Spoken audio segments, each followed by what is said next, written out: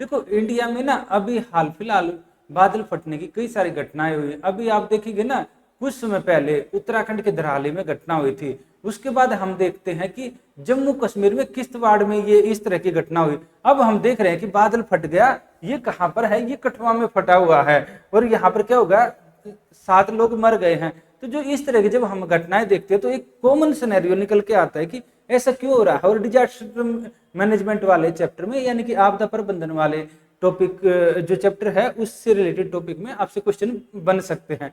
हम ये पूरा पढ़ने के बाद आज किस तरह के प्रीलिम्स में क्वेश्चन बन सकते हैं, किस तरह के मेंस में, उन दोनों की डिटेल में बात करेंगे।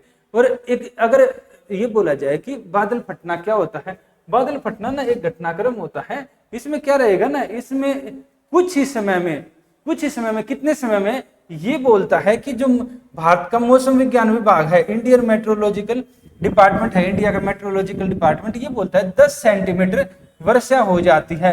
कितने एरिया में, इन्होंने एक एरिया बता दिया 20 से 30 स्क्वायर किलोमीटर में, कितने में, यानी 1 घंटे में, यानी कि 1 घंटे में जो 20 से 30 स्क्वायर किलोमीटर एरिया है उसमें 10 सेंटीमीटर से ज्यादा बारिश हो जाती है। तो इसको, इस घटना को बोला जाता है कि बादल फट गया। इसके कहने का है यानी कि एक छोटे से एरिया में एकदम बहुत ज्यादा तेज से बारिश हो जाती है। तो तब क्या रहेगा, तेज बारिश होने से क्या होगा, तेज बारिश होने से ये होगा जैसे कि ये पहाड़ी एरिया है, ये पहाड़ी एरिया है, इस तरह का हिल एरिया है।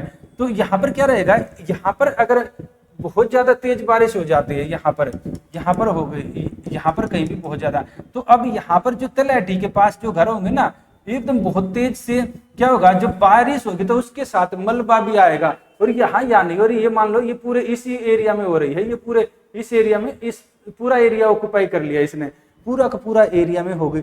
तो अब क्या होगा, अपने साथ ये बारिश क्या, ये पानी क्या लेकर आएगा, मलबा लेकर आएगा, जिसको कि बोलते हैं खूब सारे, इसमें जैसे कि रास्ते में पत्थर आ गए, कंकड़ आ गए, इसके अलावा और भी जो भी चट्टान के टुकड़े आएंगे वो अपने साथ लेकर आएगा। और लेकर आएगा तो इससे क्या है, जो यहाँ पर जो घर बनते हैं ना, ज्यादातर वो तलहटी के आसपास बनते हैं। तो यहाँ क्या होगा, उन घरों के मकान है वो टूट जाएंगे, जो लोग होंगे, क्योंकि भागने का भी टाइम नहीं मिलता। किश्तवाड़ में तो 30 मिनट के अंदर ही क्या हुआ, बादल फटा, यानी एकदम तेज से बारिश हुई और लोग दबकर मर गए, भाग भी नहीं पाए। तो ऐसा होता है, इसलिए ना बार बार ये इश्यू आ रहा है। इसके ना कई सारे कारण हैं, हम ये पढ़ेंगे, जर्नल जो रहता है ना, पेपर वाली हम बातें नहीं करेंगे, हम वो जो न्यूज़पेपर वाली नहीं करेंगे, हम वो बात करेंगे जिससे आपके क्वेश्चन आ सकते हैं, जो आप पेपर में लिख सकते हैं। तो ये रहेगा, ये तो एक डेफिनेशन, आपको डेफिनेशन लिखनी होगी अगर आपसे क्वेश्चन पूछा जाए तो। ये बेसिक डेफिनेशन है। ये क्या रहती है ना, दे आर शॉर्ट ड्यूरेशन, ये छोटे समयावधि की होती है। ऐसा नहीं होता कि बहुत ज्यादा तेज, और क्या होता है बहुत ज्यादा बारिश हो जाती है, वही होता है हाईली इंटेंसिटी होता है rainfall event, often accompanied by thunder and lightning, यानी कि बिजली चमकती है और गरज के साथ बारिश होती है, ये कहना चाह रहा है। तो छोटे एरिया में तेज बारिश होती है और स्वाभाविक है बिजली चमकेगी, तो वो स्वाभाविक तो है, वो चमकेगी बिजली और गरज तो होगी। तो ये पहले वाला आपको सिर्फ ये वाली हेडिंग इंट्रो में लिखनी है। इसके बाद क्या रहेगा ना, इसके बाद क्या रहता है, इसके बाद हम इसके ना कारण देख लेते हैं, ऐसा क्या रीजन है कि ये बार बार ये इस तरह की घटनाएं हो रही हैं। सबसे इनमें एक है ऑर्गेनोग्राफिक लिफ्टिंग, यानी पहाड़ियों का उत्थान। इसमें क्या रहता है ना, मॉइस्ट एयर, ये वही है कि जो मॉइस्ट है, यानी कि क्या रहता है, जो नम होती है ना। देखो पहाड़ी एरिया में क्या होता है, जो हवा होती है ना, जैसे आपने देखा है कि धुआं भी ऊपर उठता है, तो सेम क्या रहता है ना, जो ठंड जो गर्म हवा होती है ना, आपने देखा है कि उसकी प्रकृति होती है ऊपर उठने की, और ऊपर उठने की गर्म हवा, याद रखना, जो गर्म हवा होगी ये ऊपर उठेगी पहाड़ी एरिया से, ये जैसे पहाड़ी एरिया है। और ठंडी हवा का नेचर क्या होता है, ठंडी कभी भी देखेंगे ना, हवा नीचे की तरफ बैठेगी, ऐसे नीचे बैठती है। तो यहाँ पर क्या रहेगा ना, जो गर्म हवा ऊपर उठती है, तो इससे क्या रहता है, इससे जो हवा है ना, जैसे जैसे ऊपर उठती जाती है, तो ऊपर उठती है तो ऊपर उठती जाएगी, ऊपर उठ कर ये क्या होगा ना, इसको संघनित हो जाते, यानी इसको कंडेंस्ड हो जाएगी। ये बोला जाता है कि हवा जैसे जैसे ऊपर उठती जाएगी तो ऊपर उठती उठती वो ठंडी होती जाएगी, फिर क्या होगा, ठंडी होकर जैसे जैसे आसमान में बादल भी बनते हैं ना, ऐसी संघनित हो जाती है, और यानी कि कंडेंस्ड हो जाती है। और कंडेंस होकर इससे क्या होता है ना, नीचे से और तेज गति से हवा आ रही है, और ये कंडेंस होकर ये बारिश की बूंदें बनने लगती है। पर क्या होता है, बारिश की छोटी बूंदें बनी, नीचे से और तेज गति से ऊपर हवा आ रही है, और तेज गति से जब हवा आ रही है ऊपर की तरफ, तो ये बारिश की बूंदें ना ये मोटी मोटी होकर अपने अंदर ये जो हवा है बारिश की बूंदों को उलझा लेती है, और फिर जब भारी हो जाती है बूंदें एकदम से नीचे गिर जाती है। और जैसे ही ऐसे गिरती है तो क्या रहता है, यहाँ पर ना काफी तेज बारिश, काफी तेज पानी का प्रवाह होने लगता है। और इससे क्या रहता है, ये अपने साथ अच्छा खासा मलबा लेकर जाता है, और इससे ये रहता है ना, जो मलबा जाएगा उससे जो घर होते हैं घरों को नुकसान हो जाता है, पेड़ होते हैं पेड़ टूट जाते हैं, जो गाड़ियां होती है गाड़ियां बह जाती है, आदमी होते हैं आदमी तो है ही क्या, कीचड़ में दब के भी मर जाते हैं, ऐसा भी काफी देखा होता है। ये वही चीजें दी गई हैं कि ये क्या रहता है, strong upward air current can trap rain drop allowing them to grow larger before suddenly falling. ये वही है कि नीचे से जब ये होते हैं ना, हवा की बूंदें ऊपर जाती है तो ये बड़ी होती जाती हैं, और इससे और बड़ी हो जाती हैं, और फिर अचानक से नीचे गिर जाते हैं। इसके अलावा एटमोस्फेयर इंस्टेबिलिटी, इसमें क्या रहता है, rapid change in temperature and pressure with in the atmospheric create condition favourable for rapid formation of growth. इसमें क्या रहता है ना, ये होते हैं एकदम, यहाँ क्या रहता है ना, पहाड़ों में ना एकदम आपको लगेगा कि एकदम इधर ठंडी है, क्या होता है जैसे हवाएं चलती है जैसे इधर है, यहाँ का अलग रहेगा, यहाँ तो हवा नहीं लग रही ना पहाड़ के पीछे, तो यहाँ क्या रहता है ना, एकदम कंडीशन बदल जाती है। और जब एकदम इस तरह की कंडीशन होती है तो यहाँ पर किस तरह के बनते हैं, यहाँ पर ना ये रहते हैं, इसको सव्वेनी बादल बोला जाता है हिंदी में, और इंग्लिश में इनको बोलते हैं, ये कौन से होते हैं, ये रहते हैं आपके इनको बोलते हैं क्यूमुलोनिम्बस क्लाउड। ये यूपीएससी में कई बार पूछा भी गया है, 2014 के आसपास पूछा हुआ है यूपीएससी में पीटी में कि पहाड़ों में किस तरह के बादल बनते हैं। और ये क्यूमुलोनिम्बस बादल होते हैं ना, सव्वेनी बादल, ये अपने साथ ना बादलों के कई प्रकार होते हैं, कई टाइप होते हैं, तो उनमें से जो इस तरह के याद रखना, क्यूमुलोनिम्बस बादल, सव्वेनी बादल, ये क्या रहता है ना, सबसे ज्यादा बारिश यही करते हैं। ये वो टाइप के बादल हैं जिनमें सबसे ज्यादा बारिश होती है, तो ये बादल क्या रहते हैं, ये पहाड़ों में बनते हैं। और जब तेज से बारिश होगी तो इससे क्या रहेगा ना, इससे भी लैंडस्लाइड होगा और बाकी इस तरह की घटनाएं होंगी। ये दूसरा रीजन है, पहला ये था, दूसरा ये था एटमॉस्फेरिक इंस्टेबिलिटी। इसके अलावा है कि यहाँ पर क्या रहेगा ना, ये होगा हाई ह्यूमिडिटी, उच्च आर्द्रता। इसमें क्या रहेगा, इसमें क्या रहता है, जब जो एटमॉस्फेयर ना ज्यादा ह्यूमिडिटी होगी, ज्यादा क्या रहेगी ना, ज्यादा नमी होगी, नमी में से ही तो पानी निकलता है ना। जब पर्यावरण में ज्यादा होगी, नमी कब होगी, बारिश के टाइम में।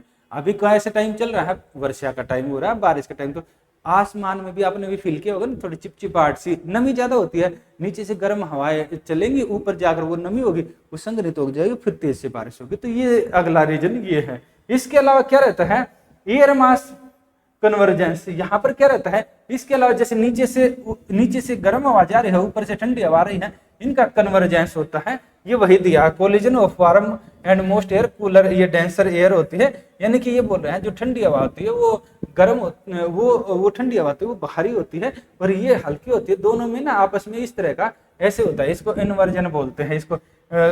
और इसमें क्या रहता है, एयर मास कन्वर्जेंस होता है, एक दूसरे में मिल जाते तो बारिश होती है, ये भी एक रीजन रहता है।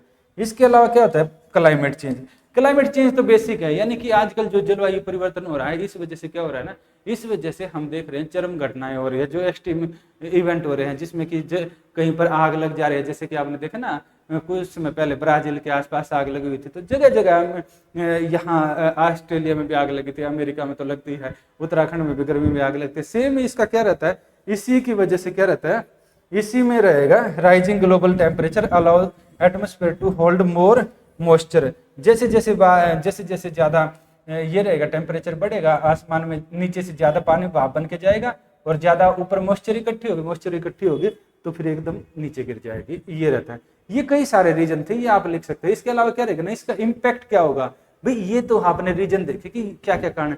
अब इसका इम्पैक्ट क्या होगा और उसको कैसे इसको मिटिगेट किया जा सके, इसका समाधान कैसे किया जा सके। तो इसका इम्पैक्ट होगा फ्लैश फ्लड, यानी कि एकदम सडन क्या रहता है, सडन और रैपिड जो नीचे का एरिया है उसमें एकदम बाढ़ की तरह के घटनाक्रम हो जाते हैं, यानी एकदम बहुत तेज पानी आ जाता है, ये रहता है। अगला होता है लैंडस्लाइड एंड मल्ट स्लाइड।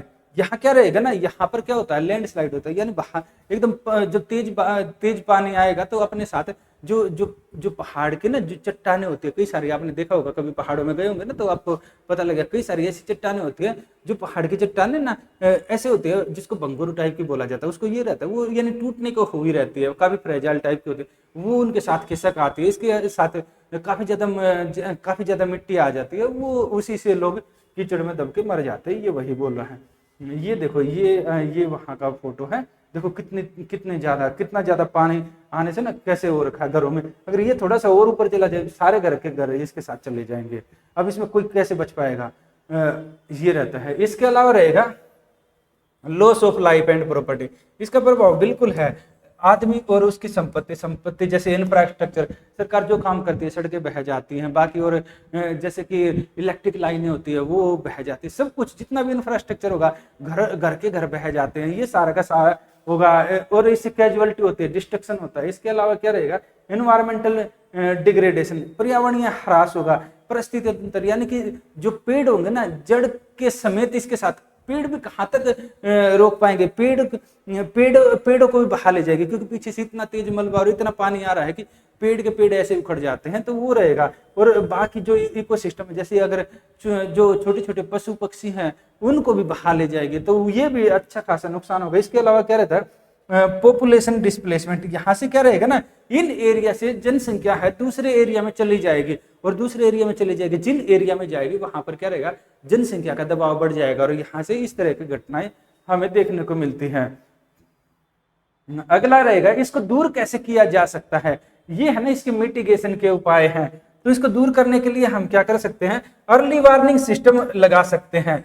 ये क्या रहता है, इसमें हमें ना ऐसा कर सकते हैं कि implementing advance meteorological monitoring and forecasting system to detect intense rainfall and provide timely alert to vulnerable region. बिल्कुल यहाँ पर इस तरह के यहाँ पर जो ऐसे एरिया है वहां पर ना इस तरह के इंसिडेंट, इस तरह के ऐसी मशीनें हैं, ऐसे उपकरण हैं, ऐसी चीजें लगा सकते हैं, अर्ली वार्निंग सिस्टम, ये यानी कि हमें समय से पहले पता लग जाए। जैसे कि ये था ना कि हमने बोला कि तकरीबन 30 मिनट का टाइम लगा था किश्तवाड़ वाले केस में, तो जो 30 मिनट का टाइम अच्छा खासा होता है, अगर टाइम से उनको यहाँ पर एकदम बहुत ज्यादा बारिश हो रही है, एकदम टाइम पर पता लग जाए, तो यहाँ क्या रहेगा, यहाँ वाले लोग 30 मिनट में तो अच्छी खासी दूर चले जाते, तो अपनी जो मेन चीजें हैं उनको लेकर भी जा सकते हैं, और अपने और कुछ नहीं तो खुद भी भाग सकते हैं। तो ये रहेगा कि यहाँ पर जो डैमेज होगा कम से कम होगा, ये रहेगा। इसके अलावा क्या रहेगा, रेजिलेंस इंफ्रास्ट्रक्चर, यहाँ क्या रहेगा, constructing flood resilience road bridge drainage system and promoting sustainable land use practice to mitigate damage. ये क्या होता है, लचीला बुनियादी ढांचा, यानी कि ऐसे एरिया में इस तरह का बुनियादी ढांचा बनाया जाए ताकि अगर इस तरह का आता है बाढ़ प्रतिरोधी सड़कें, यानी कि सड़कें इस तरह की बनाई जाए जहां पर इस तरह का एकदम पानी आ जाता है, लैंडस्लाइड आता है, जल्दी से ना वहां बहे नहीं, अगर बहे तो कम से कम उसका डैमेज हो। सेम पुल ऐसे बनाए जा सकते हैं जैसे एकदम पानी आए तो ठीक है ऊपर हो जाए फल, ये नहीं थोड़े फ्लेक्सिबल टाइप के हो, ऐसा नहीं है कि एकदम रिजिड टाइप का आया पानी को बहा ले गया, इस तरह का नहीं बनाना चाहिए, थोड़ा फ्लेक्सिबल होता है ना, जैसे पेड़ होते हैं जो एकदम खड़े रहेंगे वो साथ में बह जाएंगे। जो कई बार आपने देखा है जैसे सुनामी वगैरह भी आती है तो जो पेड़ होते हैं ना, ताड़ के पेड़ होते हैं, नीचे झुक जाते हैं, कई बार जो बाकी भी पेड़ होते हैं ना, जो आपने देखा होगा नारियल टाइप के पेड़ होते हैं, तो वो ऐसे झुक जाएंगे, तो फिर क्या रहेगा, फिर ऐसे हो जाते हैं, तो उससे क्या रहेगा ना, वो बच जाते हैं। तो सेम रहेगा ना, सेम हम इस तरह का रेजिलियंस इंफ्रास्ट्रक्चर बना सकते हैं।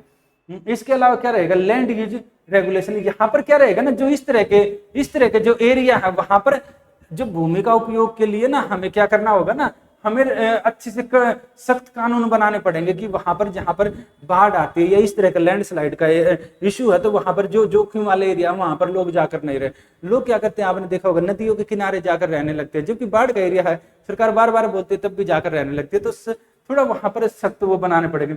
Water side management, water side यानी कि जहां पर बारिश हो रही है उसमें जैसे जहां पर बारिश हो रही है ना, जहां पर वाटर शेड का रहता है, जैसे जहां पर बारिश हो रही है, जैसे यहाँ पर बारिश हो रही है, जो ये होता है ना, यहाँ छोटी छोटी ऐसे बांध बना दी जाए, यानी बड़े बड़े एरिया नहीं, जैसे ये नदी आ रही है ना, नदी के यहाँ इसी किनारे पर, क्योंकि नदियों में ना छोटी छोटी नदियां ऐसे मिलती है, आप देखेंगे ना यहाँ पर, तो यहाँ छोटे छोटे ऐसे ऐसे इस तरह के ऐसे छोटे छोटे डैम, बजाय यहाँ बड़ा डैम बनाने के ना यहाँ छोटे छोटे डैम, इसको बोलते हो वाटर सेट मैनेजमेंट, इसका मैनेजमेंट किया जाए। इसके अलावा क्या होता है, कम्युनिटी प्रिपेयर्डनेस, यहाँ क्या रहेगा ना, educating training community on emergency response, evacuating procedure and disaster preparedness, यानी इस तरह का, यानी कि इस तरह का अगर अलार्म बजता है तो वहां के लिए लोगों को पहले ही अवेयर किया जाए, और अगर अलार्म बजता है तो लोग जल्दी से वहां से कैसे इवैक्यूएट। अब क्या रहता है, पता लगा अलार्म बजा, आप अपने फ्रिज कूलर सब कुछ निकाल रहे, तब तक बाढ़ आ गई, और या फिर लैंडस्लाइड हुआ तो ऊपर कीचड़ गिर गया और सब कुछ दब के मर गए। नहीं, वहां पर उस तरह बनाना चाहिए, सारा इंफ्रास्ट्रक्चर ऐसे बनाया जाए और लोगों को भी उसके लिए ट्रेन किया जाए। ऐसे ऐसे नहीं हो, न तो ऐसे हो अरे क्या करे एकदम ऐसे, मतलब कि होता है ना कि ऐसे एकदम डर भी न जाए, ऐसे भी नहीं होना चाहिए। तो इसके लिए ना प्रिपेयर्ड रहे। फिर research and development, research development क्या रहे, इससे ये रहेगा कि investing in research to improve understanding of cloud burst and develop better detection and prediction technology, यानी कि हमें ना देखो, अभी बोलते हैं कि इंडिया इतने आगे जा चुका है, काफी चीजें आगे जा चुके हैं, मानव साइंस के लेवल में काफी आगे जा चुका है, तो हमें ना इस तरह की चीजें बनानी चाहिए जहां पर क्या रहेगा ना, जहां समय रहते हमें इन चीजों का पता लग जाए। ये है ना, ये वही है, रिसर्च एंड डेवलपमेंट में खर्च करना चाहिए ताकि समय रहते पता लग जाए और समय रहते बचाव के काम किए जा सके। अगर नुकसान हो तो कैसा हो, कम से कम नुकसान हो। इसके अलावा ये आप कंक्लूजन के रूप में लिख सकते हैं, ये लिखने के बाद कि ये आप इसको क्या रहेगा, इसका कंक्लूजन क्या रह सकता है, इसका वही है कंक्लूजन कि क्लाउड बर्स्ट पर्टिकुलर, ये क्या रहता है, ये पर्टिकुलर इंडिया के जो माउंटेन है, यानी पहाड़ी एरिया में ही होता है इस तरह की घटनाएं, क्योंकि यहाँ पर बताए ना हवाएं भी ऐसे होती हैं, सारी चीजें की घटनाक्रम ऐसे होते हैं। अब जो प्लेन एरिया होगा वहां पर कहाँ नीचे से ऊपर इस तरह की हवा जाती है और कहाँ पर ऐसे रहेगा, वहां पर इस तरह की कंडीशन यहाँ पर जो बनती है, अगर यहीं पर समतल एरिया है जैसे दिल्ली का है तो यहाँ इस तरह की घटनाएं बनेगी नहीं, ऐसे घटनाक्रम बनते नहीं। और अगर होगी भी बारिश तो क्या रहेगा, यहाँ पानी बह जाएगा, यहाँ क्या रहेगा, यहाँ तो अपने साथ काफी सारा मलबा लेकर आता है, काफी सारा गाद मिट्टी लेकर आता है, ये माउंटेन एरिया में रहता है। Like Himalayan pose significant challenge due to their sudden and localize nature, यानी छोटे एरिया का जो नेचर होता है। Effective mitigation required to multi prolonged approach encompassing advance warning system, यानी कि हमें एडवांस वार्निंग सिस्टम वगैरह लगाकर इस और लोगों को प्रिपेयर करके इस जो इशू है इससे निपटा जा सकता है। ये आप लिख सकते हैं, अगर इतना लिख देंगे ना तो मतलब कि आपका इनफ हो जाएगा। ये है, ये आपका जैसे ये क्वेश्चन है ना, आप ये क्वेश्चन आप देख सकते हैं, ये क्वेश्चन है, इसका आपको आंसर लिखना है तो आप इसका आंसर लिख कर प्रैक्टिस कर सकते हैं। ये क्वेश्चन है, जैसे इस तरह का question, define cloud burst, explain the mechanism and occurrence of cloud burst particularly in context of Indian subcontinent। ये बोला है कि भारतीय महाद्वीप के परिप्रेक्ष्य में जो इस तरह के बादल फटने की घटनाएं हो रही है उनको बताइए, ये हमने अभी बात की है। पर्टिकुलर ये है पहले वाला पॉइंट, ये रहेगा discuss the associated risk and critically evaluate the effectiveness of current disaster management strategy in mitigating there impact suggesting potential improvement. ये 2 और इंप्रूवमेंट वाला 3 रहेगा। इनकी इस तरह की घटनाएं हो रही हैं तो ये क्या हो रहा है, इनको कम करने के क्या उपाय हैं और इनको जो उपाय अभी सरकार कर रही है वो कितनी तरह से प्रभावशील है। तो ये ना 3 पॉइंट बनते हैं, तो इन 3 पॉइंटों को मिलाकर जो अभी पढ़ा है उसको लेकर एक आप क्वेश्चन लिख सकते हैं, आपका बहुत अच्छा आंसर बन जाएगा। उसमें करंट के एग्जाम्पल जरूर डालना अगर आप ये चाहते हैं कि आपको अच्छे नंबर आए।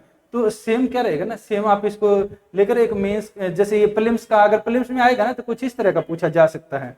देखिए ये है ना, आप इसको प्रीलिम्स का बना सकते हैं, जैसे पहले इंग्लिश वाले देख सकते हैं फिर हिंदी वाले देख ले। जैसे ये अगर इंग्लिश में क्वेश्चन आएगा ना तो ये बन सकता है क्वेश्चन, आप देख ले। With reference to cloud burst consider the following statement. ये आपको 4 स्टेटमेंट दी गई है, आप इसको पोज करके आप इसको पढ़ सकते हैं चारों स्टेटमेंट को, और आपको बताना है इनमें से कौन कौन सी स्टेटमेंट ठीक है। 1 और 2 ठीक है, 1 2 3 है ठीक है, 3 4 ठीक है, 1 2 3 4 सारी ठीक है। ये आपको बताना है, इस पर आप निशान लगाइएगा इसका आंसर हम आपको 2 मिनट बाद बता देंगे। अभी आप इसका क्या करें ना, अभी आप इसका पोज करके इसका आंसर देने की कोशिश करें। ये रहेगा। अगर हिंदी वाले देखना चाहते हैं तो हिंदी वाले इसको ऐसे देख सकते हैं। ये हिंदी में इसका क्वेश्चन, इससे ना ऐसे क्वेश्चन बन सकता है कि, है ना, बादल फटने के संदर्भ में निम्नलिखित कथनों पर विचार कीजिए। ये कौन सा पहला कथन इन्होंने दिया है, जैसे कि भारत मौसम विज्ञान विभाग के अनुसार बादल फटना ये क्या है, 20 से 30 वर्ग किलोमीटर क्षेत्र में 1 घंटे के भीतर कम से कम 100 मिलीमीटर यानी कि 10 सेंटीमीटर बोल रहा है वर्षा को कहा जाता है। ये इसमें दिया है कौन से बादल होते हैं, किस तरह की घटनाएं होती है, और ये इससे जुड़ा हुआ है, इसमें से कौन कौन से कथन सही है। तो हम उम्मीद करते हैं आपने इसका आंसर आप सही तरह से आप दे पाएंगे। ठीक है, ये है। हम बात करेंगे, आज के लिए इतना ही, फिर मिलते हैं नेक्स्ट क्लास में और नेक्स्ट टॉपिक के साथ। देखिए ये टॉपिक ना काफ़ी इंपॉर्टेंट है, हम ऐसे जो टॉपिक पेपर के लिए रिलेवेंट रहेंगे वो हम लाते रहेंगे। और ये क्यों इंपॉर्टेंट है, अगर एक जगह घटना होती है ना तो इंपॉर्टेंट नहीं होता है, क्योंकि ये स्वाभाविक होता है, बार बार घटनाएं हो रही हैं। और क्या रहेगा ना, यूपीएससी और स्टेट पीसीएस का जो करंट नेचर है ना वो ऐसे ही होता है। वो ना डेली की न्यूज नहीं पूछता, वो ये नहीं पूछेगा कि मोदी जी फिलहाल कहाँ गए हुए हैं या नहीं, इतना ज्यादा वो बेसिक चीजें नहीं पूछता। वो क्या पूछता है ना, यूपीएससी और स्टेट पीसीएस का जो चेंजिंग नेचर है वहां ना क्या किस चीज के क्वेश्चन पूछे जाते हैं, क्वेश्चन आते हैं इश्यू बेस्ड। और ये क्या है जो हम बात करेंगे इश्यूज हैं, उनसे कैसे क्वेश्चन बन सकते हैं। तो आप इनके प्रैक्टिस करते रहिए। अगर आप इन वीडियो को जैसे बाकी साथियों को भी शेयर करेंगे ना तो हमें भी अच्छा लगता है और मोटिवेशन बना रहेगा, और हम इस तरह के वीडियो लाते रहेंगे ताकि जिससे आपकी पढ़ाई और अच्छे से होती रहे।